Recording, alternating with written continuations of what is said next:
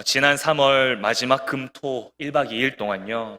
우리 유치부 선생님들과 함께 교사 워크숍을 다녀왔습니다. 유치부를 앞으로 어떻게 계획하고 또 우리 어린 친구들을 위해서 어떤 행사를 준비할지 고민하고 또 선생님들과 함께 교제를 나누면서 함께 성령의 기쁨을 나누는 시간이었어요. 가까운 청도 자연휴양림에 다녀왔습니다. 가는 길이 잘 아시다시피 청도댐을 끼고 이렇게 돌아가는 길이었는데요. 어디선가 시원한 물줄기 소리가 나더니 가까이 가니까 폭포가 있는 것이었습니다. 대구에 이렇게 도로 주변에 폭포가 있는 걸 30년이 넘게 이렇게 살면서 처음 봤습니다. 좀 찾아보니까 구삼폭포라고 하더라고요. 가창 구삼폭포는 좀 특이한 게 하나 있었습니다. 평소에는 메말라 있다가 비가 많이 오면, 우리 3월 마지막 주에 비가 좀 많이 왔지 않습니까? 비가 많이 오면 폭포처럼 물이 쏟아진다는 겁니다. 평소에는 보기 어려운데 날짜를 참 잘 맞춰서 이 폭포를 볼 수 있어서 참 좋았습니다. 그렇게 큰 소리를 내는 물줄기를 보면서 그 광경에 빠져 있는데 어디선가 꼬맹이들이 웅성웅성하는 소리가 들렸습니다. 보니까 유치부 교사로 섬기는 엄마를 따라온 초등부 친구들 소리였습니다. 커다란 폭포 앞에서 꿈틀거리는 작디 작은 지렁이를 보고 신이 나서 자기들끼리 이야기하고 떠드는 소리였어요. 작고 오밀조밀한 입으로 지렁이 너무 신기하게 생겼어요. 지렁이 너무 귀여워요. 지렁이 가지고 가고 싶어요. 지렁이 키우고 싶어요. 신이 나서 이야기하는데 큰 폭포 소리도 뚫어낼 만큼 큰 목소리로 이야기했습니다. 다시 차를 타고 목적지로 가는 동안 내내 지렁이 이야기 끝나지 않았어요. 그 모습을 보면서요, 참 신기했습니다. 분명히 눈앞에는 절경에 가까운 구삼폭포라는 크고 대단한 폭포가 있는데 그건 상관하지 않고 그건 아랑곳하지 않고 이 어린 친구들 눈에는 작디 작은 지렁이 한 마리가 더 재미있고 더 신기하고 더 놀라워한다라는 사실이 신기했습니다. 눈을 들어보면 크고 놀라운 것이 있는데도 당장 눈앞에 있는 그 작디 작은 지렁이를 보고 있는 모습을 보고 아이고 아직 좀 어려서 그런가 보다 했는데 알고 보니 저에게도 그런 모습이 있더라고요. 제 삶에 우선순위가 있는데요. 아시겠지만 하나님이 1순위고요. 2순위는 저희 아내입니다. 그런데 하루는 아내가 대화를 하다가 조금 실망한 목소리로 대답을 하는 거예요. 왜 실망한 목소리로 그렇게 대답을 하냐고 물어보니까 본인이 저에게 무언가를 물어봤는데 제가 제대로 답을 안 해줬다라는 거예요. 순간 하늘이 노래졌습니다. 감히 우선순위 2등이신 아내님의 질문에 답을 제대로 안 하다니요. 있을 수 없는 일이었어요. 그래서 눈치를 보면서 조심스럽게 제가 언제 그랬냐고 물어봤습니다. 애들이랑 놀 때 애들 말에 정신이 팔려서 대답을 안 했다고 하더라고요. 두 가지 일을 동시에 잘 못하는 저에게 하나를 집중하면 하나를 잘 쉽게 놓치는 저에게 아내는 실망할 법도 한데 그냥 그렇구나 하고 이해하고 넘어갔지만 그게 두 번, 세 번 반복되니까 조금 실망한 목소리로 드러나는 겁니다. 가까이에 설치고 정신없는 아이들의 시끄러운 소리 때문에 정작 들어야 하는 중요한 아내의 목소리, 아내의 말은 대답하지 못한 저의 모습이었죠. 고개를 들고 눈을 들면 커다란 폭포가 있는데 작은 지렁이를 보려고 하는 그 어린아이들처럼 또 아내가 중요한 걸 말하고 중요한 질문을 하는데 눈앞에 있는 아이들의 제잘거리는 소리에 정신이 팔리는 것처럼 오늘 말씀에서 눈앞에 있는 문제 때문에 정작 중요한 걸 놓치고 있는 사람들이 있었어요. 바로 엠마오로 가는 두 제자들이었습니다. 이 두 제자가 정확히 누구인지는 성경이 말하고 있지 않지만 한 사람의 이름이 글로바라는 것을 밝히고 있습니다. 그리고 확실한 것은 이 두 사람은 12제자는 아니었지만 그래도 예수님을 신실하게 따르고 그래도 예수님을 잘 따랐던 순종했던 사람들이었어요. 베드로와 같이 자신의 것을 포기하고 예수님을 따랐던 거예요. 그런데 이들이 지금 어디로 가고 있습니까? 엠마오라는 곳으로 가고 있습니다. 아마 엠마오가 이 두 사람의 고향이었던 것 같아요. 이들이 고향으로 돌아가는 이유가 무엇입니까? 오늘 성경 말씀에 보면요, 17절에 이 두 제자가 슬픈 빛을 띠고 걸어가고 있었다고 기억하고 있습니다. 사실 이 두 제자는요, 예수님의 죽음을 경험하고 예수님의 죽음이 전부 다 끝이라고 생각하고 고향으로 돌아갔던 겁니다. 이 두 제자가 생각하기에는요, 예수님을 정치적인 메시아, 정치적인 구주로 받아들이고 믿었습니다. 하나님의 아들이신 메시아가 아니라, 우리의 영혼을 구원하실 메시아가 아니라 로마의 압제로부터 구원해 줄 사람, 나의 욕구와 나의 욕망을 만족시켜 줄 사람으로 예수님을 믿고 따른 것이죠. 그런데 그 기대가 예수님의 죽음으로 산산조각 나버렸습니다. 예수님을 따라가면 성공할 줄 알았어요. 로마를 물리치고 이스라엘의 나라를 새롭게 건국할 때 한 자리 차지할 줄 알았는데, 그 기대가 물거품이 되니까 어떻게 합니까? 자신의 고향, 그나마 좀 자기들이 다시 시작해볼 만한 건덕지가 있는 엠마오로 돌아가는 겁니다. 예수님을 향한 기대가 조금이라도 남아 있었다면 고향으로 돌아가지 않았겠죠. 우리가 더 이상 미련이 없고 더 이상 남아있는 마음이 없을 때 그 자리를 훌훌 털고 일어나 버리듯이, 엠마오로 가던 두 제자들도 이제는 더 이상 예수님에 대한 미련 남아있지 않았습니다. 예수님의 죽음을 끝이라고 생각했고, 엠마오에서 자신의 인생, 자기중심적인 삶을 다시 시작해보고자 하였어요. 심지어 그래서 예수님이 곁에서 동행하지만 어떻게 합니까? 어떻게 반응합니까? 그들의 눈이 어두워져서 예수님이신 줄 알아차리지 못합니다. 엠마오로 가던 두 제자처럼 예수님이 죽으심으로 모든 것들이 다 끝났다고 생각한 사람들이 또 있어요. 우리가 읽지는 않았지만 오늘 읽었던 말씀 누가복음 24장 1절에서 12절까지 나오는 여인들이 그랬습니다. 이 여인들은요, 예수님이 돌아가시고 나서 무엇을 해드릴까 고민하다가 향품을 준비해 갑니다. 예수님의 돌무덤을 찾아가는데요, 이때 당시 팔레스타인의 지방 더운 날씨 때문에 시체가 아주 일찍 부패했습니다. 예수님의 시체도 일찍 부패할 걸로 생각해서, 악취가 날 걸로 생각해서 시체를 동굴에 안치했으니까 우리나라처럼 흙무덤을 파고 땅에 묻는 게 아니니까 그 냄새를 새어나오는 냄새를 방지하기 위해서 향품을 가지고 가는 거죠. 그러니까 여인들은요, 예수님의 죽음을 확신하고 있습니다. 예수님이 무덤에 시체로 누워 계실 것을 예상하고 있는 거예요. 그런데 예수님의 시체 보았습니까? 없었어요. 돌문은 열려 있었고 예수님의 시체는 보이지 않았습니다. 그때 여인들의 마음 가운데에 어떤 마음이 찾아오냐면요, 근심이 찾아옵니다. 누가복음 24장 3절에서 4절이에요. 주 예수의 시체가 보이지 아니하더라. 이로 인하여 근심할 때에, 여인들은 예수님의 시체가 보이지 않는 걸 누군가가 훔쳐갔다고 생각했습니다. 누군가가 예수님 시체에 못된 짓을 한 거라고 그렇게 생각했어요. 그래서 근심하는 겁니다. 예수님이 부활하셨다는 사실은 꿈에도 생각하지 못하고 오직 눈앞에 예수님의 시체가 없다는 것만 보고 있는 여인들입니다.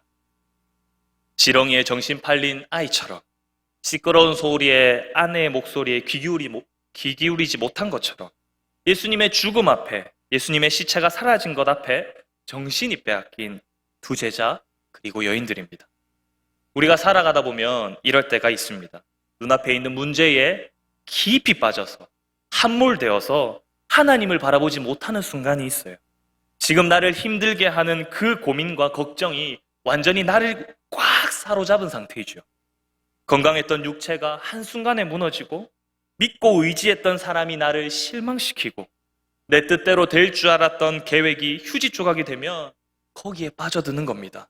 왜 난 안 되지? 왜 난 부족하지? 왜 난 어렵지? 하면서 걱정, 근심에 사로잡히고 좌절의 쓰나미가 몰려오는 것이죠. 눈앞에 있는 상황에 몰입하다 보면요, 다른 거 보기가 참 어렵습니다. 우리에게 찾아온 그 문제가 다른 걸 못 보게 만듭니다. 돌아갈 수 없게, 피할 수 없게 우리를 올가매지요.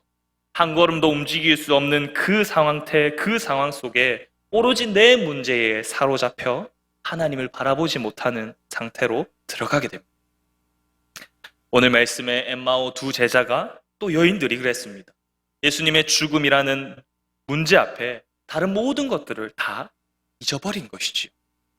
사실 여러분, 예수님은요, 제자들과 또 자신을 따르는 무리들에게 분명히 몇 번이고 자신의 죽음과 부활에 대해서 말씀하셨습니다. 누가복음 9장 22절에는 이렇게 기록되어 있어요. 인자가 많은 고난을 받고 장로들과 대제사장들과 서기관들에게 버림받아 죽임을 당하고 제3일에 살아나야 하리라 하시고, 누가복음 13장에서 또 18장에서도요, 예수님은 계속해서 죽음과 부활에 대해서 말씀하셨습니다. 가르쳐 주셨어요. 예수님의 가르침, 예수님의 말씀을 기억했다면요, 비어있던 무덤을 보고 반응이 달라야 합니다. 빈 무덤을 보고 놀라고 근심하고 슬퍼하는 것이 아니라, 아, 예수님의 말씀이 이루어졌구나. 아, 예수님께서 부활하셨으니까 무덤에 계시지 않는 거구나. 예수님의 부활에 대한 기대와 감격과 소망을 품어야 했어요. 그런데 어떻게 합니까? 그런데 한 사람도 그런 식으로 반응하는 사람이 없었죠. 죽으면 끝이니까. 당연히 예수님도 죽으면 끝났다라고 생각하고 자신의 머릿속에 있는 이성을 앞세워서 하나님의 말씀을 기억하지 못하고 있는 제자 그리고 여인들이었습니다. 여인들은 예수님의 죽음을 확신하며 향품을 준비했고, 제자들은 예수님의 죽음을 받아들이며 고향인 엠마오로 돌아간 것이지요. 우리도 마찬가지입니다. 예수님을 믿고 예수님을 위해 살아간다고 하지만 우리에게 어려움이 찾아오면 우리는 예수님의 말씀을 참 쉽게 잊어버립니다. 예수님의 가르침보다, 예수님의 말씀보다 눈앞에 있는 문제가 더 크고 더 무섭게 여기는 것이지요. 주어진 현실 때문에 정작 중요한 예수님의 말씀을 놓치고 살 때가 가만히 있습니다. 분명히 하나님의 말씀은 내 염려를 다 주께 맡기라고 하셨는데, 그래서 너희를 돌봐주신다 약속하셨는데, 정해지지 않은 미래를 만나면 염려부터 합니다. 분명히 두려워하지 말라라고 말씀하셨는데, 내가 너와 함께 하겠다고 약속하셨는데, 내 힘으로 감당하기 어려운 일들을 만나면 벌벌 떠는 것이죠. 나중에는 엠마오로 가는 두 제자들처럼 분명히 옆에 계신 예수님조차 알아보지 못하게 됩니다. 우리와 함께 하시는 그 예수님을 신뢰하지 못하는 것이죠. 사랑하는 여러분, 이 자리에 앉아있는 우리가 혹 여인들과 같이, 혹 제자들과 같이 살고 있지는 않은지 돌아보시기를 바랍니다. 예수님의 가르침과 하나님의 말씀은 다 잊어버리고 그냥 주어진 현실에 허덕이고 있지는 않습니까? 매일 반복되는 일상 속에 그 문제들에 함몰되어서 깊이 빠져서 더 이상 하나님의 일하심은 기대하지 못하고 더 이상 예수님을 바라보지 못하고 있는 것이 아닌지 한번 돌아보기를 바랍니다. 만약에 그렇다면 그 자리에 멈춰서서 무엇을 놓치고 있는지, 무엇을 잊어버리고 있는지 한번 생각해 보시기를 바랍니다. 눈앞에 있는 문제보다 더 중요하고 더 잊지 않아야 할 것이 있다는 사실을 깨닫는 저와 여러분 되시기를 바랍니다. 그래서 삶의 우선순위를 바로 세우고 하나님의 은혜를 발견하는 우리의 삶이 되기를 간절히 소망합니다. 눈앞에 있는 문제로 예수님의 가르침을 잊었던 두 제자, 엠마오로 가던 길 중에 예수님과 함께 동행합니다. 아무것도 모르는 척 예수님이 물어보시죠. 서로 주고받는 이야기가 무엇인지, 예루살렘에서 있었던 일이 무엇인지 물어보십니다. 두 제자는 그것도 모르냐면서 비아냥거리며 예루살렘에서 예수님께 있었던 일을 다 말합니다. 예수님께서 십자가에 달려 죽으신 이야기, 여인들이 새벽에 무덤에 갔다가 빈 무덤을 본 이야기, 심지어 제자들 두어 사람이 가서 빈 무덤을 보았다 하는 이야기까지 다 말씀드려요. 여전히 예수님이 부활하시고 다시 살아나셨다라는 사실은 까맣게 잊어버리고 있습니다. 예수님은 자신의 가르침을 잊어버린 이 두 제자를 책망하십니다. 25절에서 27절 말씀이에요. 미련하고 선지자들이 말한 모든 것을 마음에 더디 믿는 자들이여, 그리스도가 이런 고난을 받고 자기의 영광에 들어가야 할 것이 아니냐 하시고, 이에 모세와 모든 선지자의 글로 시작하여 모든 성경에 쓴 바 자기에 관한 것을 자세히 설명하시니라.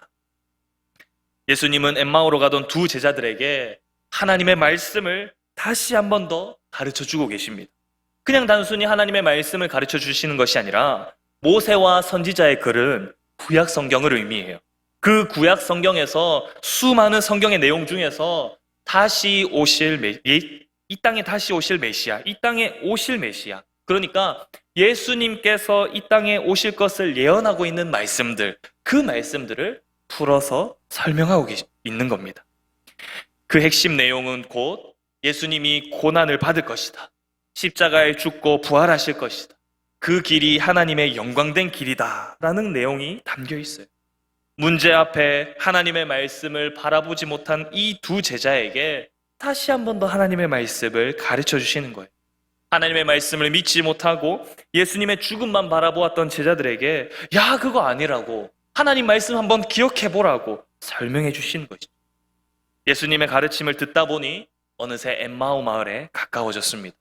예수님은 그 마을을 지나가려고 하셨어요. 그러니까 제자들이 어떻게 합니까? 예수님을 꽉 붙잡아요. 예수님께 강권해서, 다시 말해서 예의상 건네는 말이 아니라, 예의상 건네는 초대가 아니라 강력하게 우리 같이 저녁 식사 함께 하자고 이야기합니다.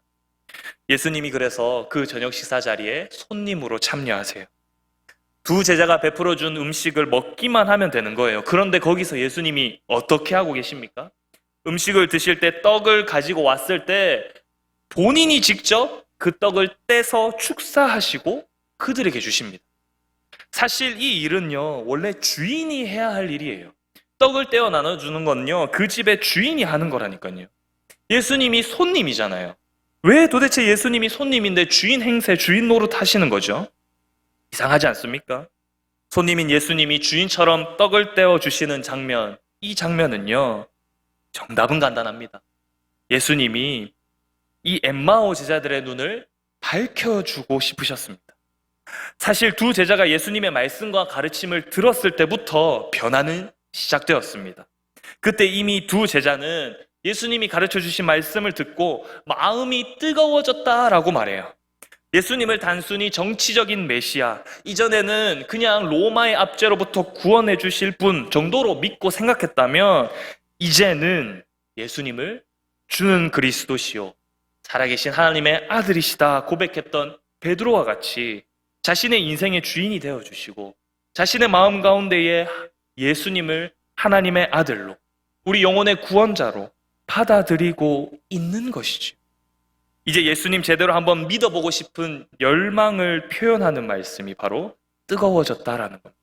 그래서 마음이 뜨거워지고, 그래서 예수님을 강권해서 붙잡는 거예요. 그때에 비로소 제자들의 눈이 밝아지고 예수님을 부활하신 예수님으로, 우리의 영혼을 구원하시는, 그들의 영혼을 구원하시는 메시아로 받아들이게 됩니다. 누가복음 24장 앞에 나오는 여인들도 마찬가지였어요. 예수님의 무덤을 찾아간 여인들, 이 여인들에게 천사가 나타나서요, 뭐라 말하냐면요, 누가복음 24장 6절 말씀입니다. 여기 계시지 않고 살아나셨느니라. 갈릴리에 계실 때에 너희에게 어떻게 말씀하셨는지를 기억하라. 뭘 기억하라고 합니까? 너희에게 어떻게 예수님이 말씀하셨는지 그걸 기억하라는 거예요. 여인들이 빈 무덤에서 천사들을 만났을 때 이 천사는 말씀을 기억하라고 명령합니다.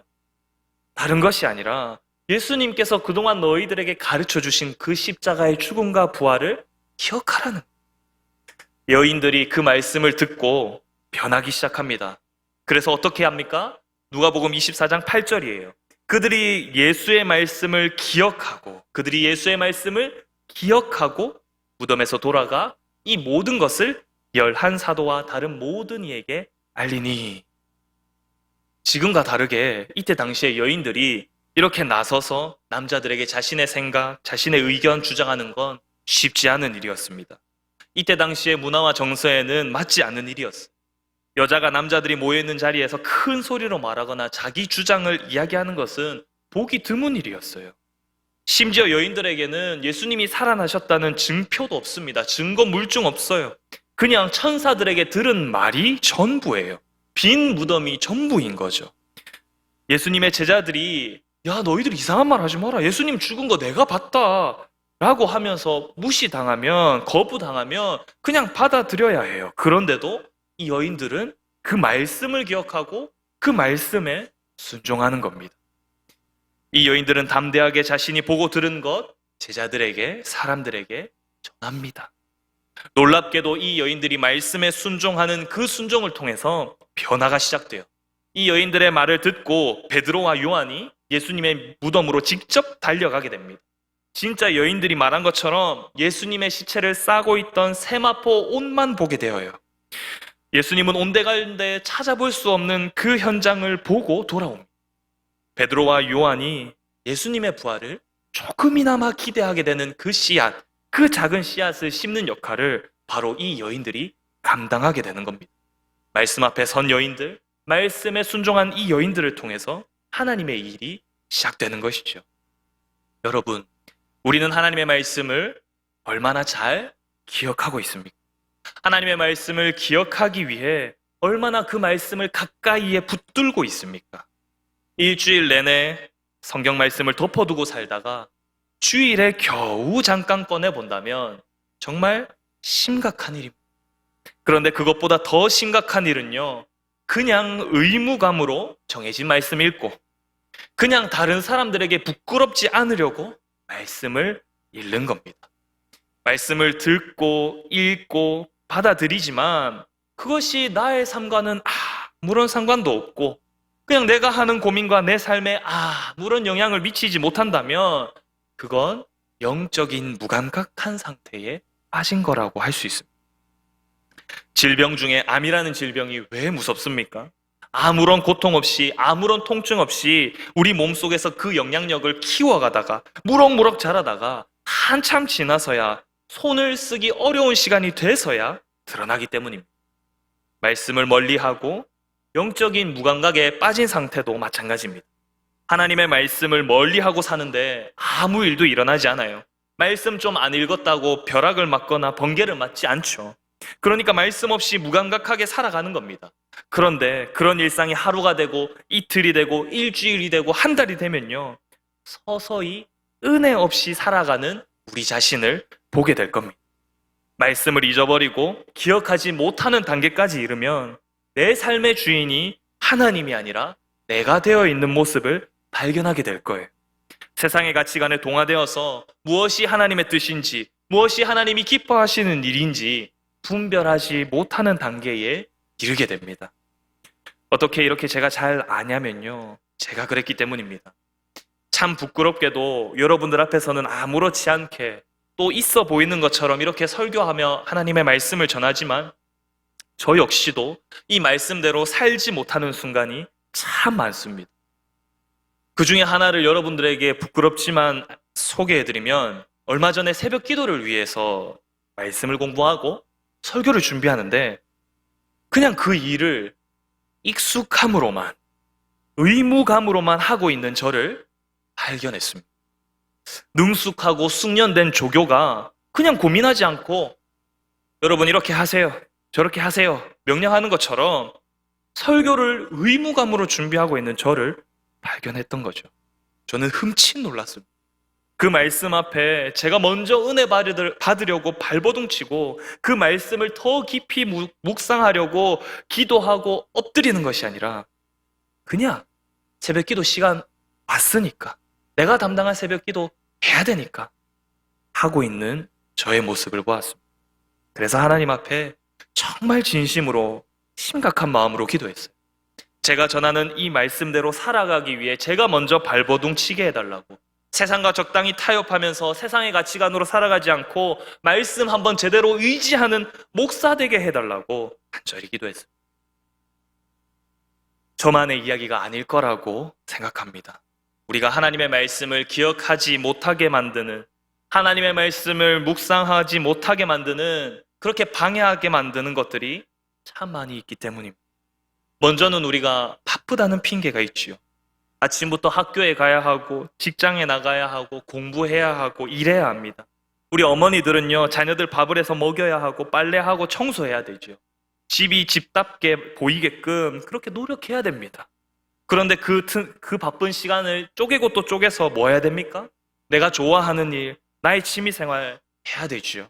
그렇게 살다 보면 일주일이, 1년이 정말 금방 지나가 버립니다. 근데 한번 생각해 보시기를 바랍니다. 바쁘다는 핑계를 대지만 정작 내가 하고 싶은 일들은 전부 다 하고 있지 않습니까? 놀랍게도 진짜 내가 하고 싶은 일, 내가 원하는 일에는요, 정말 많은 시간을 들여요. 의지적으로 노력하지 않으면 항상 시간은 부족할 수밖에 없습니다. 한정된 시간 안에서 우리가 의지를 가지고 하나님의 말씀을 가까이 하려고 하지 않으면 늘 시간에 쫓기며 하나님 말씀 없이 살아가게 될 겁니다.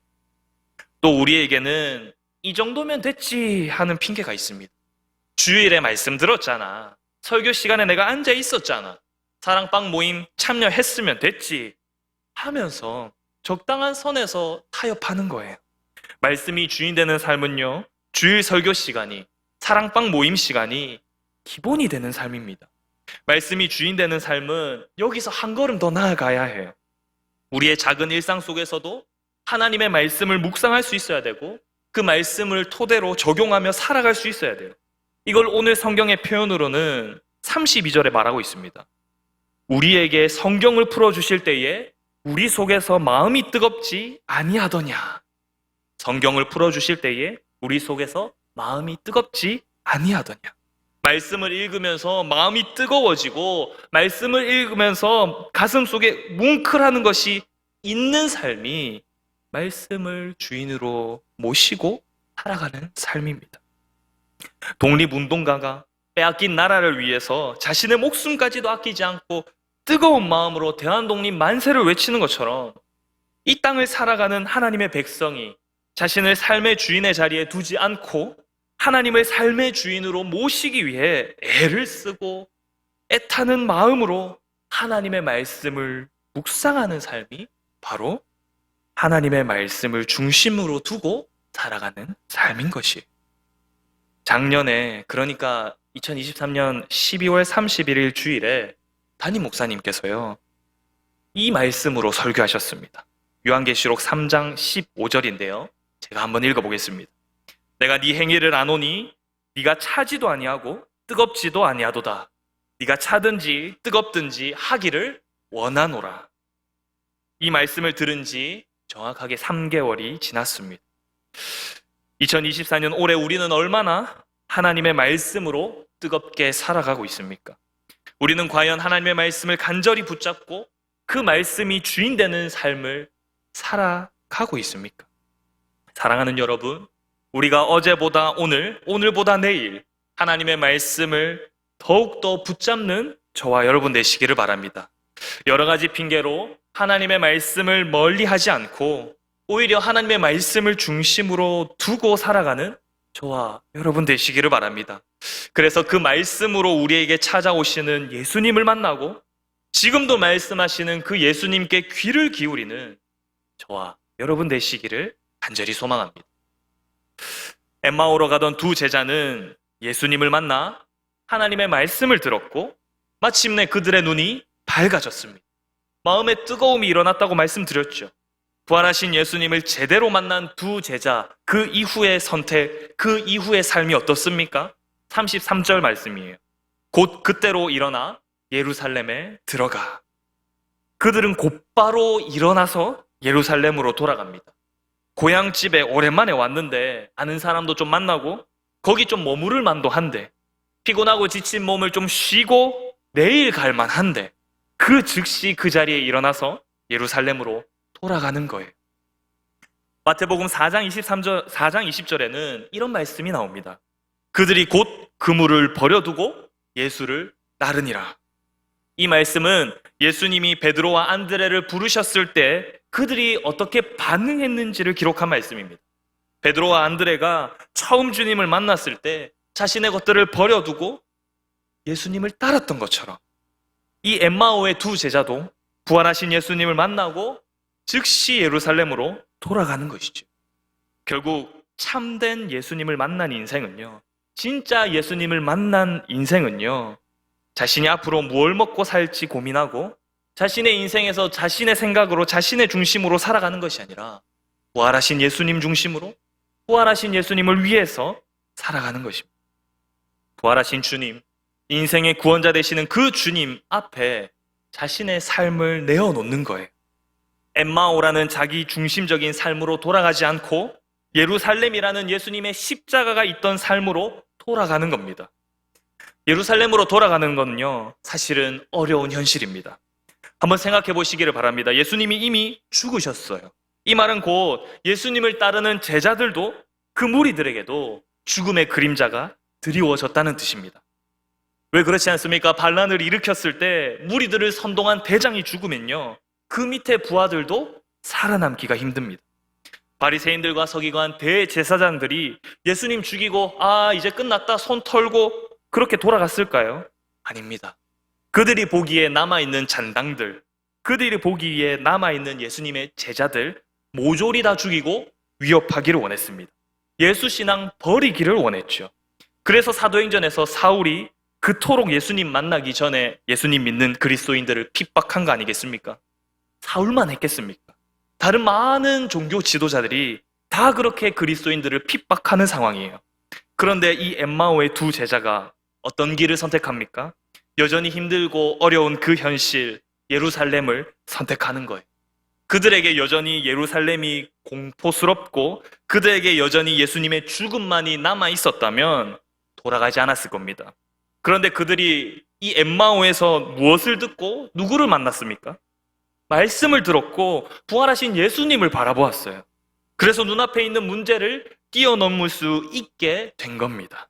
부활하신 예수님을 바라보고 하나님의 말씀을 의지하여서 예루살렘으로 돌아가는 거예요. 분명히 처음에는 이렇지 않았습니다. 우리가 읽었던 말씀 17절에 보면 예수님께서 너희가 무슨 얘기하냐 할 때 이 두 사람은 그냥 슬픈 빛을 띌 뿐이었어요. 예수님이 죽었으니까 다 끝났다고 생각했을 뿐이었어요. 포기한 채로 그 자신들의 고향으로 돌아갈 뿐이었어요. 그런데 지금 어떻습니까? 예루살렘으로 돌아가는 발걸음 속에 슬픈 빛이 있었을까요? 저는 아니라고 생각합니다. 아마도 부활하신 예수님을 다시 만날 걸 기대하고 고대하는 얼굴 표정이 기쁘고 즐거운 얼굴 표정으로 가벼운 발걸음으로 예루살렘으로 향해 나아갔을 겁니다. 구약에 예언된 메시아, 죽음을 이기신 하나님의 아들, 영원한 안식과 기쁨을 주시는 그 예수님이 나를 만나주셨다, 우리를 만나주셨다 하는 기쁨으로 예루살렘으로 돌아갔을 겁니다. 그렇게 엠마오에 있던 두 제자가 예루살렘에 도착해서 가장 먼저 한 일이 무엇입니까? 11 제자와 예수님과 함께 했던 자들을 찾아가는 일이었습니다. 자신들이 머물렀었던 예수 공동체로 돌아가는 거예요. 때마침 11 제자와 모인 무리가 무슨 이야기를 하고 있습니까? 34절이지요. 말하기를 주께서 과연 살아나시고 시몬에게 보이셨다 하는지라. 예루살렘에 막 도착해 보니까 예수 공동체 찾아가니까 그때 마침 예수님의 부활에 대해서 이야기하는 거예요. 타이밍이 잘 맞아도 이렇게 잘 맞을 수 있겠습니까? 다른 이야기 할 수도 있고 그 자리에 제자들 없을 수도 있었는데, 그런데 하필이면 그 자리에 제자들이 있었고, 그런데 하필이면 그 타이밍에 예수님의 부활에 대해서 이야기하고 있는 겁니다. 엠마오 두 제자가 도착해서 보니 이 제자들이 나누고 있던 이야기가 딱 예수님 부활에 대한 이야기인 거예요. 부활하신 예수님이라는 주제를 가지고 그 누구보다도 하고 싶은 말이 많았던 사람들 누구일까요? 바로 엠마오 두 제자 아니겠습니까? 머리를 긁적이면서 엠마오의 두 제자는 자기들이 예수님을 알아보지 못하고 비아냥거리는 투로 예루살렘에 있었던 일들을 말했던 그 순간들이 떠올랐을 거예요. 그리고 또 머리를 긁적이면서 예수님께 꾸중 듣고 하나님의 말씀을 가르침 받았던 내용들을 말했을 거예요. 그리고 무엇보다 나중에 자신들과 함께 길을 걸었던 분이 부활하신 예수님이라는 사실을 그들에게 다 말했어요. 이 이야기를 들은 제자들이 무슨 생각을 했을까요? 엠마오 두 제자가 만난 예수님에 대한 이야기를 들었을 때 그냥 그렇구나, 알겠어 하고 넘어갔을까요? 아마 온몸에 전율이 일어났을 겁니다. 닭살이 돋았을 거예요. 엠마오의 두 제자를 향해서 이렇게 말했을 겁니다. 야, 우리가 바로 그 얘기하고 있었어. 예수님이 부활하셨다고. 그동안 우리가 예수님의 가르침, 예수님의 말씀 다 잊어버리고 있었는데, 아니, 왜 예수님이 예전에 말했잖아. 채찍에 맞으실 거라고, 십자가에 달리실 거라고, 그런데 3일 만에 부활하실 거라고 말씀하셨잖아. 그 말씀 이루어진 것 같은데? 아니야. 너희가 하는 말 들으니까 진짜 그 말씀이 이루어졌어. 11제자들과 모여있던 무리들은 엠마오의 제자가 하는 말을 듣고 그들의 고백을 듣고 확신이 생겼을 겁니다. 그동안 흐릿하게 보였던 예수님의 부활이 피부로 와닿고 현실적으로 느껴지는 것이지요. 엠마오 두 제자가 본 예수님을 베드로도 보았고 그 자리에서 서로 함께 이야기했기 때문입니다. 엠마오의 두 제자를 통해서 예수님의 부활이 뚜렷해지고 또렷해지기 시작했습니다. 거기에 모인 모두가 확신에 차서 서로 부활하신 예수님 다시 기다리고 다시 만나길 고대했을 거예요. 왜 우리도 그럴 때가 있죠. 분명히 나에게 주신 은혜라서 성도들과 함께 이야기하고 나누다 보면요. 맞아. 나도 근데 그런 은혜 있었어. 맞아. 나도 하나님께서 내가 힘들 때 그런 생각 가르쳐 주셨는데, 그런 생각 들게 해주셨는데 하면서 하나님의 은혜가 더 확고해지고 확실해질 때가 있습니다. 제가 청년들이랑 같이 매주 토요일마다 책 모임을 합니다. 6시부터 9시까지 두 그룹으로 나뉘어서 한 1시간 반 동안 진하게 하나님이 누구신지, 예수님이 누구신지, 또 그 예수님을 믿는 우리가 어떻게 살아가야 하는지를 이 청년들과 함께 나누어요. 그래서 제가 제일 첫 스타트를 항상 끊습니다, 보통. 어떤 질문을 하면 청년들이 쉽게 먼저 입을 열지 않거든요. 그래서 제가 첫 번째 질문에 답을 하면요. 그때 기다렸다는 듯이 옆에 있던 청년이 자기가 받았던 은혜를 이야기하고, 또 옆에 있던 청년이 맞장구 치면서 야, 나도 그랬는데, 야, 나도 진짜 힘들었는데 그 말씀으로 위로받았잖아 라고 이야기합니다. 그러면 거기에 있는 모두가요, 하나님이 살아계셔서 오늘도 우리와 함께 하시는 걸 느끼게 돼요. 나 혼자 고민하던 것들이, 나 혼자 생각하던 것들이 공동체 안에서 조금씩 공감하게 되고 같이 느끼게 되니까 시간이 지나면 지날수록 이 책 모임을 대하는 자세가 달라집니다. 지각하지 않고요. 피곤하고 지쳐도 결석하지 않으려고 노력합니다. 다른 약속보다 우선순위로 정하고 빠지지 않으려고 노력해요. 여러분들도 그렇지 않습니까? 사랑방 모임에서 그렇게 하고 계시지 않습니까? 분명히 나에게 주시는 은혜였는데, 내가 경험한 하나님의 역사였는데, 옆에 있는 집사님이 나도 그랬어, 옆에 있는 장로님이 나도 그랬는데 할 때 가장 큰 위로가 되고 가장 큰 힘이 되고 가장 큰 확신이 되지 않습니까? 혼자가 아니라 성도들이 함께 신앙의 교제, 성령의 교제에 참여할 때 우리가 가진 믿음이 더욱 확실해지고 더욱 성장하게 되는 것이죠. 성령의 위로와 교제를 계속 반복하다 보면요, 그때부터 예수 신앙 안에서 한 형제가 되는 것을 느낍니다. 피로 맺어진 형제보다 더 의지하게 되고요, 1년에 한두 번 만나는 친척보다 서로를 더 깊이 알아가게 돼요.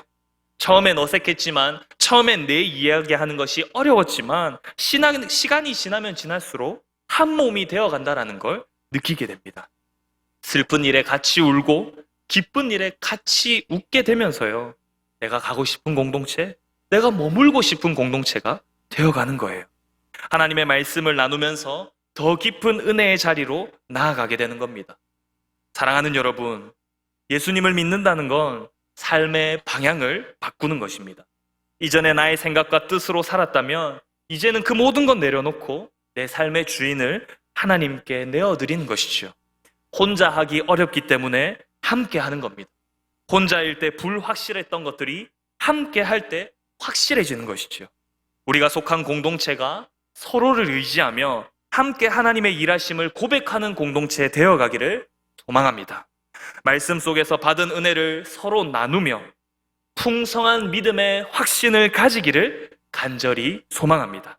그래서 현실은 여전히 힘들고 어렵지만 그 속에서 하나님의 일하심을 기대하고 하나님의 은혜를 소망하는 우리 공동체, 우리 사랑방, 우리 교회 되어가기를 간절히 소망합니다.